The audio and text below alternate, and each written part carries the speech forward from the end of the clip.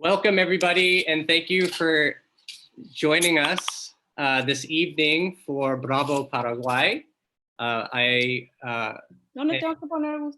program that was presented by ArtsWestchester in collaboration with the Consulate General's Office of the Paraguayan Consulate General of New York, the APF, the Paraguayan Soccer Association of New York, Centro Paraguayo of New York, and also Radio Mirador. Thank you all for being here today, and thank you to all of our incredible artists for taking the time to participate, to produce these videos and to share them with us as part of this program. I just wanted to, I'll introduce myself quickly. I'm Aaron Paige, the Director of Folk and Traditional Arts at ArtsWestchester. And as I mentioned earlier in the program, ArtsWestchester has been working very closely with the Paraguayan community of New York, particularly in Westchester County, where there's a large population in White Plains and in Hartsdale and in Mamaroneck and in some other townships as well in Westchester. And we've been working together for the last several years. And this program was a product of that ongoing relationship. I wanted to introduce the artists that are with us here right now. So we have Zulmira Torres, who's our teacher of Guarani at the New York Centro Paraguayo de Nueva York. Diana Quintana, president of Centro Paraguayo de New York. Edgar Riquelme, Nicolas Carter is with us. We have Ana Maria, Mariela, who are with us. We have the Galeano sisters who are with us. Thank you for being here. We have Vilma, the last one. We have Elida Sanabria, one of our chefs. And then those are the artists that we have with us right now today, and we'll be just having a little bit of a conversation. I'll be taking some questions from the audience as they come in from our attendees, and then I have a few questions of my own that I'd like to also ask of the artists, and then the artists are also welcome to ask each other questions or to offer one another comments if you have any comments that you'd like to share about one another's presentations. Feel free to speak in English, Spanish. Diana and Mariela offered to interpret if necessary, so thank you for that. And I guess if it's okay with everybody, I'll start by asking the first question. I'll just put it out there to the group. And if you would like to reply, just raise your hand and I'll try and spotlight your video. So my first question to the group is, why Diana and Mariela offered to interpret? Oh, I think someone's coming through.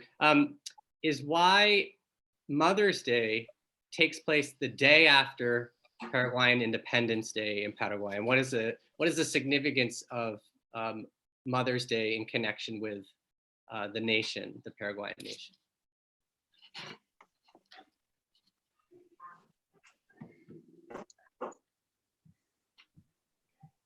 Buenas noches a todos. Se celebra el Día de la Madre después de la independencia del Paraguay, teniendo en cuenta el Día de la Madre Patria y también conmemorando el Día de las Madres, que es la mujer cumple un papel muy importante en la vida de los paraguayos, sabiendo que sacó un país devastado después de una dura guerra, que es la Triple Alianza, también porque tuvo mucha participación en la segunda guerra que tuvimos, que es la guerra del Chaco. La mujer paraguaya siempre fue muy valiente y sacando toda fuerza, sacando en adelante a un país devastado. Por esa razón también tenemos, la mujer cumple un rol muy importante en Paraguay. Y así como he dicho, se conmemora el Día de las Madres, día después de la independencia, es en conmemoración a la Madre Patria. Diana, would you be so kind as to interpret what Zulmira had just explained to us? You have to unmute. Zulmira was telling us that the role that the women played on all the history, the Paraguayan history, is very important. After two wars, especially the war from the Triple Alianza, that one, the women in Paraguay was the one that started the country all over again. And after that, 50 years later, we had another war against Bolivia. And once again, was the women who practically begin again the country and raise the children and play a very important role in the history of the country. Was a woman also part of the Independence Day. That's why Paraguay Mother's Day is celebrated the day after the Independence Day, just to honor all the hard work that the women, the Paraguayan women, did and does for her country. Thank you so much. You're welcome. I'm just going to go to some questions from our attendees here. And I'd like to let our audience know that we do have some special guests. In addition to the artists who are with us tonight, our attendees include the ambassador, the consulate, the Paraguayan Consulate General, the ambassador to New York, Ambassador Buffa, and we also have Robert Barron, the former director of the New York State Council on the Arts Folk Arts Program. We have a number of New York State folklorists as well, and a number of friends and family of our illustrious artist participants and presenters. So thank you to our attendees for being here. One of our questions is from Ellen McHale, who is asking about the cosido.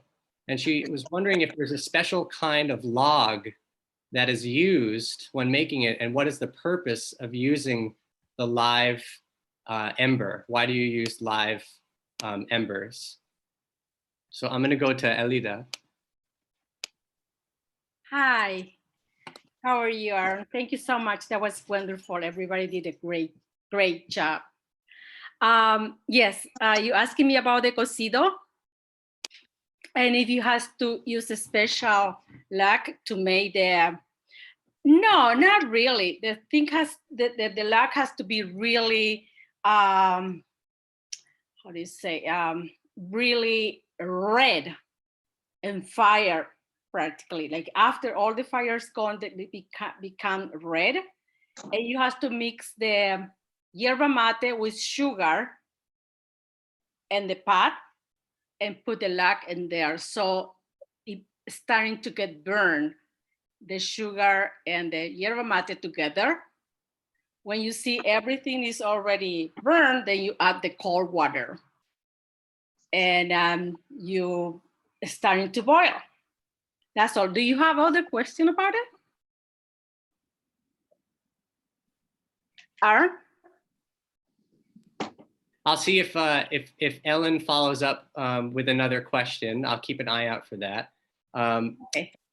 That question actually leads me to a question that I wanted to ask all of you, which is, have you, how have you, in your practice, in your various artistic practices, have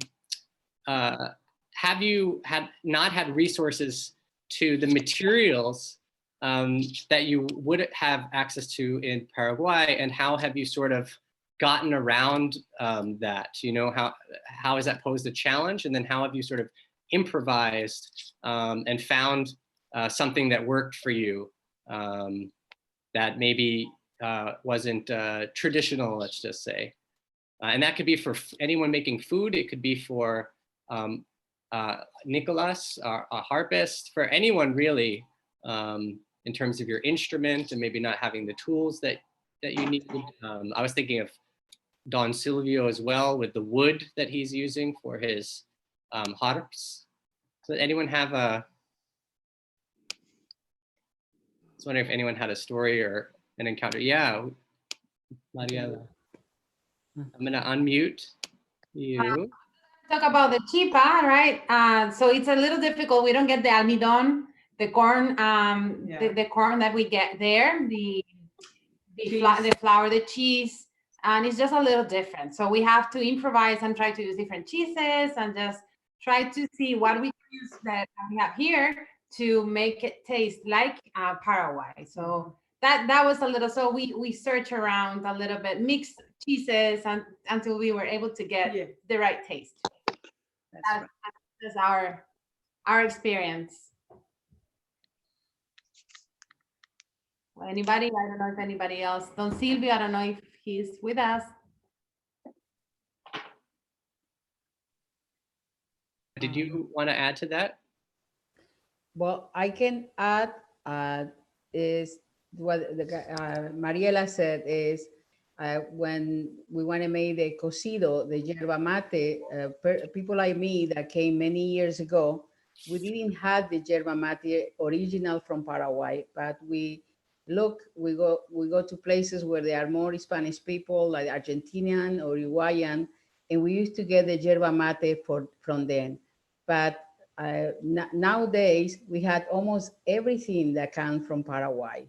We had our yerba mate, we had the corn that we use for the sopa paraguaya, especially a lot of stuff to make our traditional food. Now it's easier for us to find it because they bring it from Paraguay, and we had also stores, Paraguayan store where we can go and shop.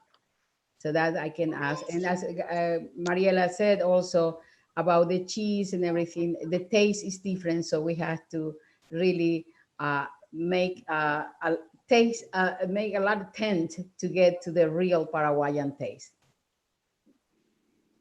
Thank you so much. And where can our audience, where can people go if they want to try some Paraguayan food in New York? Are there any restaurants that people can head to that you would recommend? Well, I can answer that. We do have restaurants in Queens, New York. And also we had ladies who cook in Westchester. And nowadays we're good. And also we had in New Jersey, we have a restaurant where with Paraguayan food. So we have two in Queens that I know about is I Love Paraguay and La Familia Restaurant, Caraguatay La Familia Restaurant. Those are the two places that I know is in Queens, New York. But in Westchester, we don't have a restaurant, but we had ladies who really prepare delicious food. And also, I think Mariela is from Long Island. So she's another one also in New York. And in the restaurant in New Jersey, there used to be one in Bernardville, New Jersey.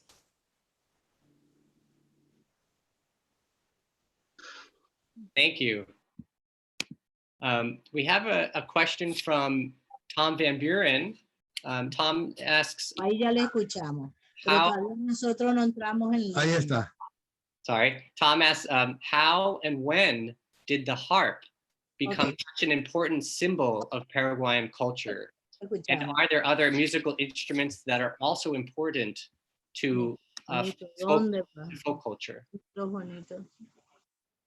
Abajo, no hay ningún, ahí donde está aquí Diana Quintana, hay unas rayitas. Espérate, micrófono dice, no hay. Aaron, do you want me to, I can talk a little bit about the Paraguayan harp, what I know. Okay, está en rojo. Sí. Hello? Am I on? Okay. Can you hear me? Ahora está Yes. Nicolas. Sí, Nicolas Carter, saludándole a todos. ¿Qué tal? ¿Cómo están? Vamos adelante, ojo bien, a ver si les veo. Entonces él tiene que apretar allí y Sí, entrar. in relation to your question about the harp, the Paraguayan harp, just a little bit about the history. my understanding is that the Paraguayan harp came through the Jesuits. The Jesuits established some very important missions in what is today southern Paraguay and northern Argentina. And they introduced the harp all over the Americas, is my understanding. And that's when the native people of Paraguay, they learned to play and build the harps. I read some chronicles of the Jesuits that said that within that 100 period, that 100 years that they were in Paraguay, there were some really talented harpists from the native people that ended up going to Buenos Aires to perform. Then later in history, I read at one point that when Francia, the first dictator and sort of president of Paraguay, who closed Paraguayan borders, allowed one thing to be imported into the country, which was the strings. So I can imagine that early on in the history of Paraguay and that blend between the Spanish and the Guarani people, this instrument became an important part of the Paraguayan tradition. And definitely by the 1900s, when the instrument evolved through the evolution of the changing of the strings from gut strings to nylon, to the evolution of the neck of the harp, it became an instrument that sounded so good and had such a great group of people that were developing the techniques to playing the instrument, that by the 1950s, musicians started arriving in Europe, performing and becoming great, successful, I guess, performers. You know, that Renaissance harp from Europe, because that's really what it is. A Paraguayan harp is a direct descent of a European instrument, that a tradition that really died in Europe, but was reborn in Paraguay through the zest and the passion that the Guarani people had for this new instrument. They didn't know the existence of string instruments before the arrival of these Europeans. And well, so it's a real blend, I guess, the Paraguayan harp. And I think that's why it symbolizes so deeply, and the sound of the Paraguayan harp is unique. It's called the Paraguayan harp. Other harps don't carry the name of as they're kind of, well, the Venezuelan harp, they call it arpa llanera. It's in a reference to a region, but the Paraguayan harp carries the name of the country, and we don't say. And so this is what I know about the history and the relationship to the evolution of it in Paraguay. I mute myself now. Thank you, Nicolas. I'm gonna go to Silvio. Don Silvio, are you there with us? Yeah. Yeah. Oh, great. I have a question for you. I'm gonna I can't spotlight your. It's okay. I'll ask you this question from Nancy Solomon. Nancy asks if you could tell us a little bit about the process of making harps, where you get your materials from, and how is your harp different from the harps in Paraguay, or if it is at all different? Okay, good evening for everyone, and thank you for the opportunity. This is a real unique way to be all together, and I'm going to talk about the building the harp. You asked me for the materials to get here in the United States. Yes, we have a very good material, very good wood. First of all, we have to start with a cedar. Spanish cedar, they have a very, very special wood over here in the United States. And actually, another for the soundbar that I use is a Canadian or Alaskan spruce. So this is the only two kind of wood you use for the to build the harp. And the sound project, very good sound. Don Silvio, can you tell us a little bit about some innovations, some additions that you've made to the harp as well? I know that you've done some, you've put some electronics and other things on your instruments. Would you share a little bit about that? Yeah, right. I start underneath of the each strings. I put the the pickups, which the sound reproduce excellent. We have a very excellent tune, sound. And this is all materials can find over here in the United States. Thank you so much.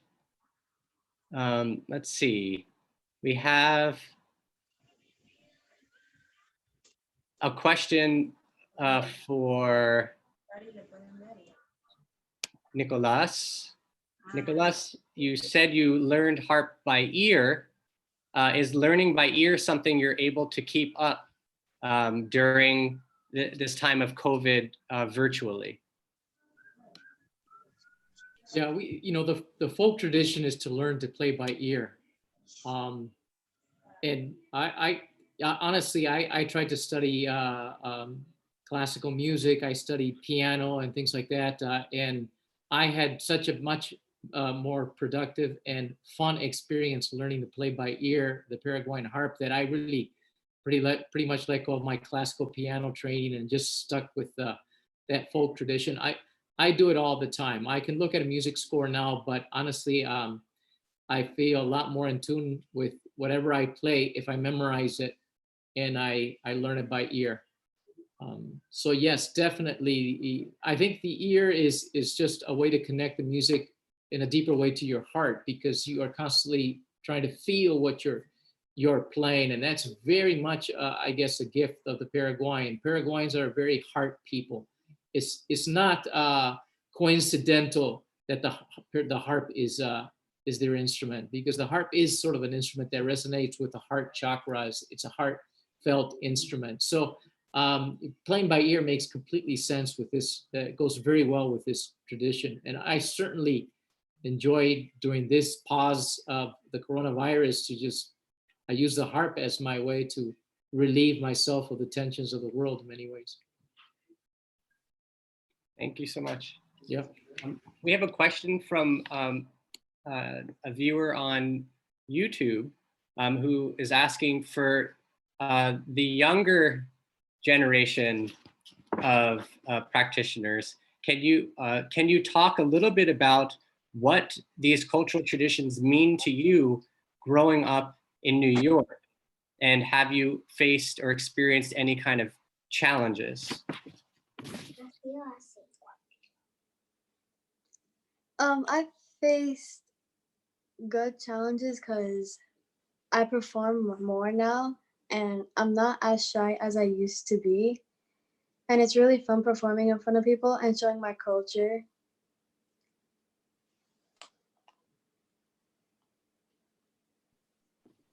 Where are you learning dance, and what is your relationship to do you have a teacher? Do you have a mentor? Do you have fellow dancers, other students that you're learning with at the same time, or is it one-on-one? Yes, I learned it in Escuela Paraguaya, and the group that I'm in is Danza Folklórico from Nueva York. Yes, I have a group, and it's with around 5 or 6 girls, and we all dance together at the same time. Thank you so much. You're welcome.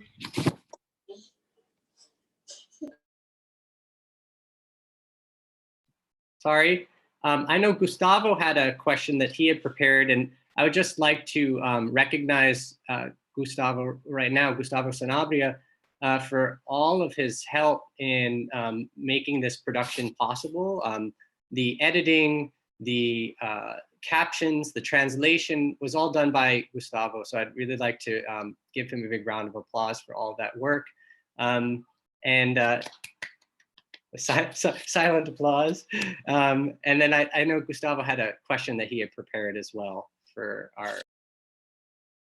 Yeah, I thank you, Aaron and Silvio. It's good to see you.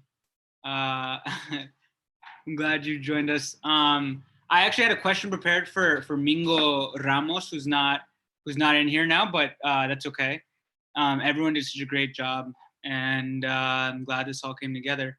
But I am curious, Pier Pappalardo, I really loved what you did. I mean, I think that was so cool to take something like a folk, you know, traditional Paraguayan song and turn it into this more like, you know, whatever, bring it into this electric bass format, which in a lot of ways speaks to this like this transition of, I mean, I'm sure you have a lot of bicultural identity, being both Paraguayan and spending so much time in the US, you're American as well, and sort of just like combining both this Paraguayan culture to this like new wave culture that you've learned here and the music that you've learned here. So I'm just curious where that, you know, how you sort of developed that, and if it's something that you do regularly, or if you want to talk about it more, I guess. I just thought it was really cool.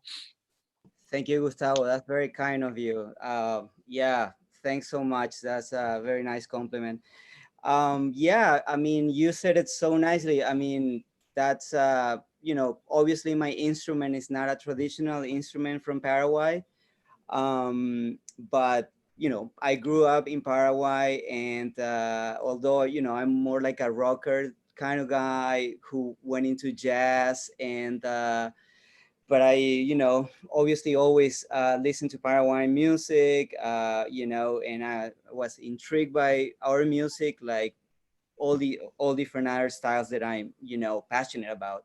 And so yeah, for me, you know, I came up to try to develop, you know, some of the songs from the traditional repertoire of Paraguayan music. And since, you know, I don't play, you know, harp or guitar, you know, play a little bit, but bass guitar is my instrument, right? So for me, it was, you know, a bit of a challenge, and that I wanted to take how to perform Paraguayan music just on bass, on solo bass. And so it's really hard. You know, our music is, you know, it has a lot of spirit. It's hard to play, you know. It have to be a very, you know, prodigious, you know, performer to play the harp, you know, and guitar the way we play. So particular, you know. But I did my best to, you know, adapt some, you know, some songs to the bass guitar. And I had to, you know, I took a version from Lobito Martinez for my, you know, for Asociación, the Guarani that I played, and he has a lot of jazzy chords, you know. So I was like, okay, so this is something that you know, resonates to me, you know, that kind of, you know, sound of jazz, and you know, more modern harmonies per se. And so I was like, all right, this is kind of the direction I have to take to do my own take on Paraguayan music. And yeah, and I feel that like you said, I'm sort of a crossover, because you know,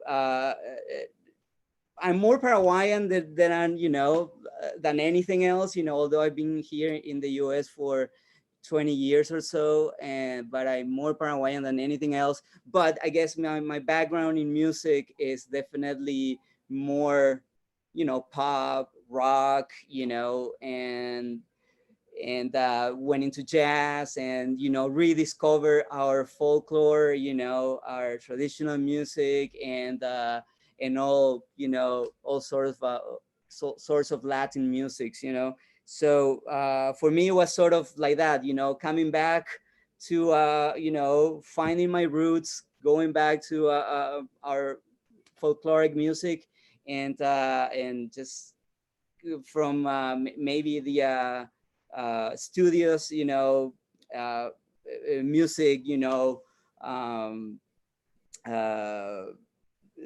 student, you know, or you know, musician, you know, that I went into all these different, you know, modern, you know, styles like jazz or classical, and you know, so I thought that on the bass, to try to recreate a good performance, I had to try to put all that in there, you know. So yeah, definitely. So I lean a lot on, you know, trying to take those non-native, you know, styles that we all use, nowadays. So it's, it's sort of a contemporary, version of our music on a more contemporary instrument per se, So yeah, thanks for the question. Thank you. Thank you. There are some requests coming in for chipa recipes. So I will check with our artists, and if they're with their permission, and there's no pressure, because I understand how protective people could be over recipes, and for good reason. But if you have a recipe that you'd like to share, or you want to direct somebody to a recipe, I'll take those and I'll make sure to post them to Facebook and to YouTube after this program, so people can access them there. We did have a question.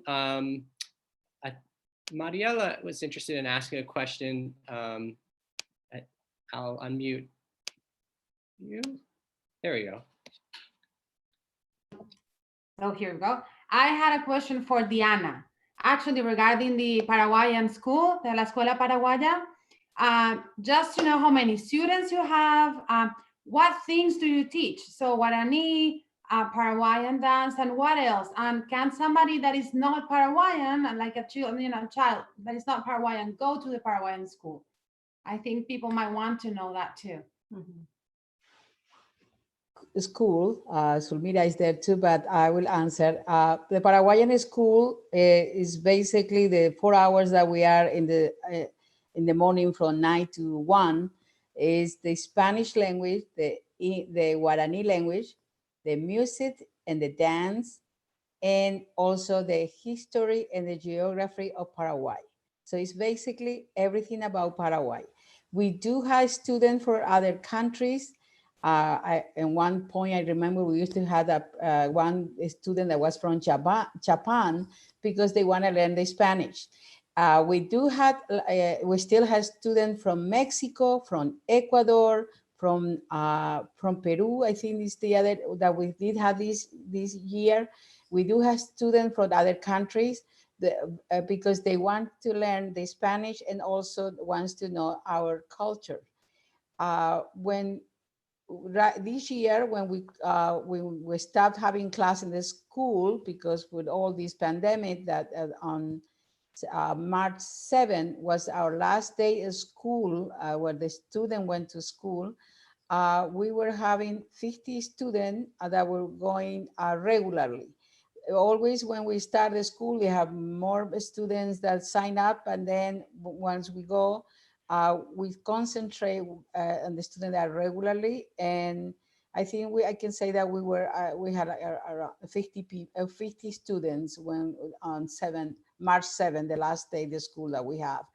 As you know, now we do have the students in the 4th and 5th grade that they went also doing online the classes, because like everybody else. But since we had children from 4 years old to 11 years old, the little ones, we couldn't, it was so hard for us to continue doing the classes with them online.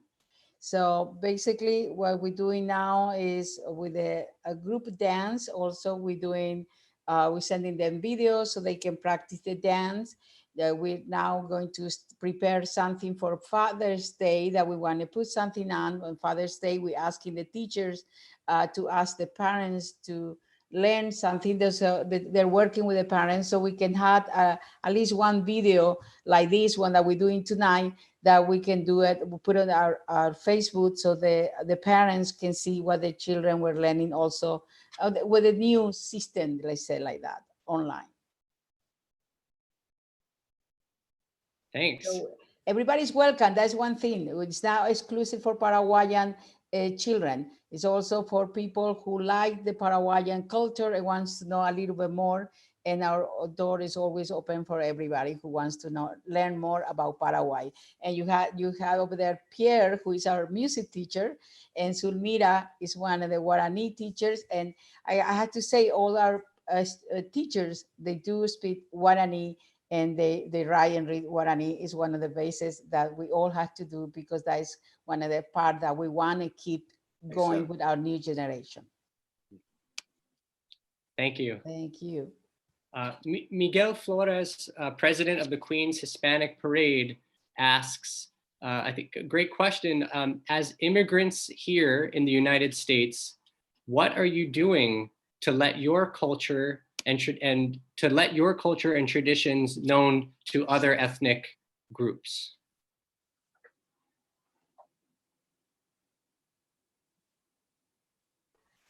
As a Paraguayan center, that is our main goal, is to keep our culture and let people know what we're doing.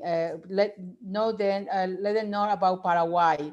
So we're trying to work with all the association and every place that we know that we can go with our dance and our music. We're trying to be there and also let them know who we are. And so we're trying to participate in everything that the Spanish or the other group doing it, making know the culture. As a Centro Paraguayo, we're trying to be there also with our tradition, with everything that includes. And then Mariela, you were also going to say something. Yeah, just that wherever we go and we meet a lot of people from other countries, we try to explain them about our culture, our food, our music, our harp, the people, the big heart that Paraguayan people have. And just to share as much as we can, just to explain them about, all the beautiful things that our country have, all the, the hard things that we went through, our history, and just everything. Our, our pojañana, our herbs that we use a lot for, for our coffee, even for COVID, right?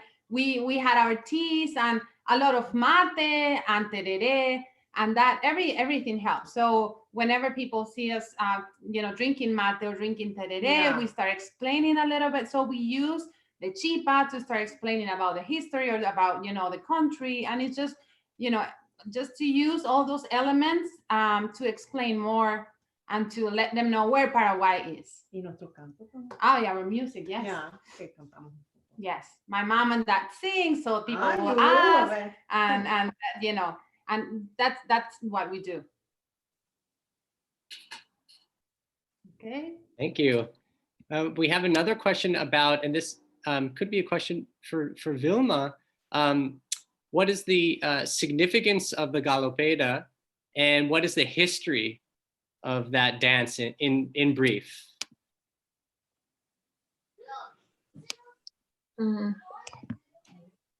Hi. De galopera significa mucho para nosotros porque es una danza donde habla de la mujer paraguaya. Todo lo que utiliza la mujer paraguaya en la danza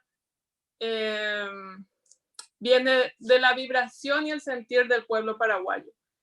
El pueblo paraguayo le dio una nueva fisonomía a la danza paraguaya. Nació en Asunción. El baile fue transmitido de generación en generación. Solo pueden bailar las mujeres, los hombres no bailan esta danza paraguaya.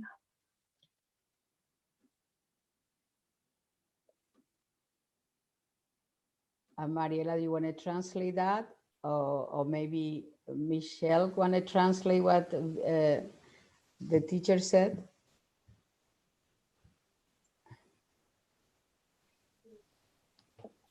Michelle, do you want to go ahead?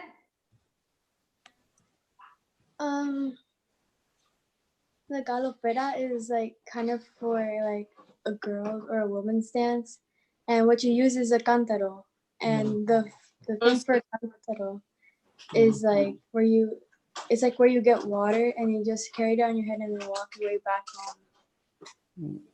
And it's a very descriptive song too. It's about, what is happening, Asunción, and people coming and going. So it's kind of, it's showing you a whole history or story that what is going on during that song. And embrace the women. And embrace the women, how beautiful she is and how handy she is. So it's a music that engages the women, and and it tell you that all happened in Asunción, at the capital of Paraguay. So that is what Vilma was telling us about what is galopera. Thank you. We have time for one or two more questions. We do have a question that came in, and it's a big question, and it would be wonderful to have a few people answer it. The question is, what do you wish for the future of the Paraguayan community in the United States, New York?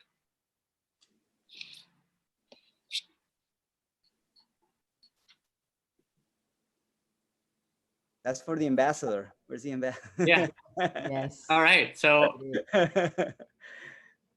I'm going to go to, see if I can pull up. Hello, Ambassador Bufar, are you there? Yes, yes. Can you hear me? Yes. Okay.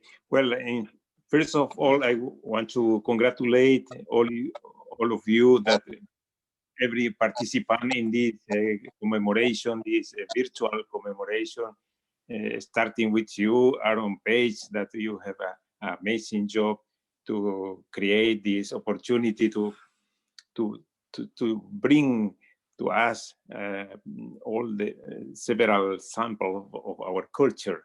This was a great initiative in this moment that everybody have difficulty to join and to create really a presential show of the Paraguayan culture and how we deal with all this culture in our community here in New York. This is really a very good experience. Everybody show us part of the art, the culture, the cooking, the dance, the experience, the history of Paraguay, history of our music, our instrument, how we represent the Paraguayan culture that is a mix of Guarani culture with the Spaniard culture. This mix create the Paraguayan culture. This is a very rich culture that we appreciate in this virtual commemoration. And I want to congratulate all of you for the great performance. I know that it is not easy to create a participation in this mode, but I note that very creatively we saw a great performance of all of you. If I want to ask something for everybody, is to ask how you feeling making this kind of participation differently in this year. Thank you very much, Aaron. Thank you, Ambassador. Thank you.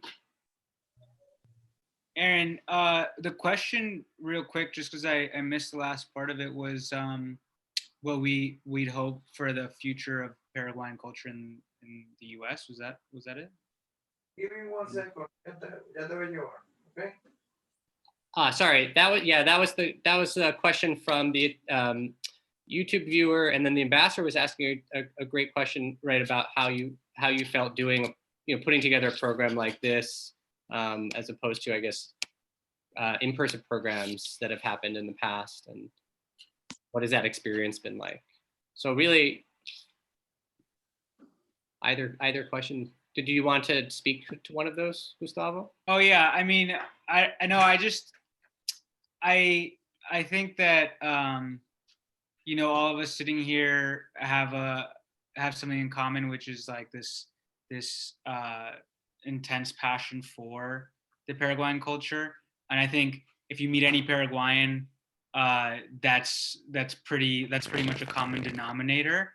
And when I studied abroad in Buenos Aires, and there was this one man who said it so perfectly to me. I think it was an Irish guy I ran into, and he said, I love Paraguayans, but the Paraguayan country is like a hidden country, And when he said that, it really rang true to me, because I was like, that's exactly how I felt. It's like this secret, he's described it as this secret country that like nobody knows about. And I really feel that, like, you know, here when I speak with people about, you know, where I'm from, it takes about 2 minutes before they say, oh, where were you from? Uruguay? And I hear Uruguay, or, you know, and so it's this country that a lot of people don't know about. And so I think, I don't know, for me personally, like this stuff like this, you know, an event like this, and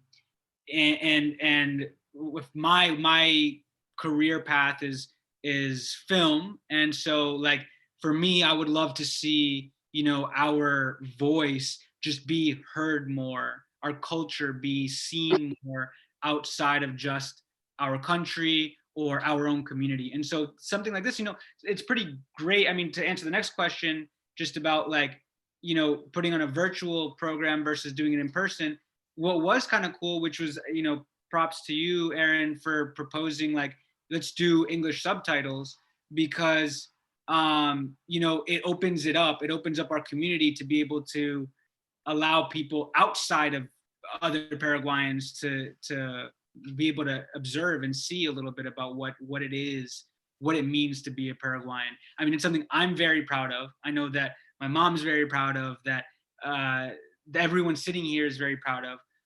But it's hard to find another, you know, American, you know, Aaron, you are a gem who's been so, you know, in love with the Paraguayan community. And it's, I think that's why we all love you so much, you know, because it's hard, it's not that easy to find. And so we're very proud of it. And I think that hopefully it's can be something that like just grows, even though we're such a small community. I don't know. Thank you so much, Gustavo. You know, it was that very sentiment that sort of gave, in some ways, rise to the partnerships between ArtsWestchester, the Consulate General's Office, the APF, and Centro Paraguayo. In fact, it was Nicolas and Miguel Zoracho of the APF who approached me originally, first Nicolas, and then he introduced me to Miguel. And I remember Miguel voicing a real,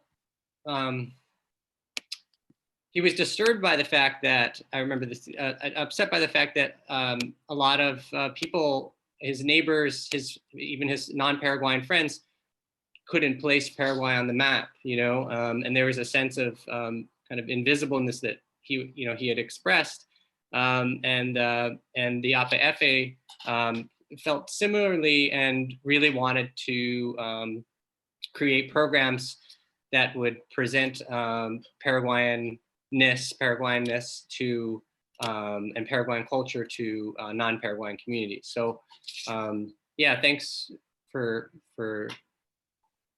all that you had to say, and yeah, much appreciated. But for me, it's been an honor to work with all of you, to learn about you and yourselves, your stories, and all the incredible arts that you practice and that you continue to transmit and pass on to the next generation. I think everybody here is a teacher as well, and yeah, thank you for all that you do for one another and for the world.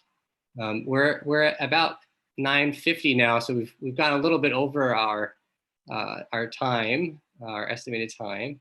So we probably should bring this to a close. I'm going to just unmute everybody so we could all say goodbye to one another and to our audience, and thank you to our audience, to our viewers who have been here throughout the program. Thank you very much. Thank you, Aaron. Thank you very much. Thank you, Aaron. Thank you for everything. Thank you for very nice experience. This Thank is you just so the much. beginning. Let's hope that we have another one very soon. And thank you so much for everything about culture. Thank you. Thank you. Thank you so much. Thank you, Aaron. Thank you. Happy Independence Day and Happy Mother's Day. Thank you. Mother's Day. Thank you. Thank you. Thank you. Good night. You're the outro.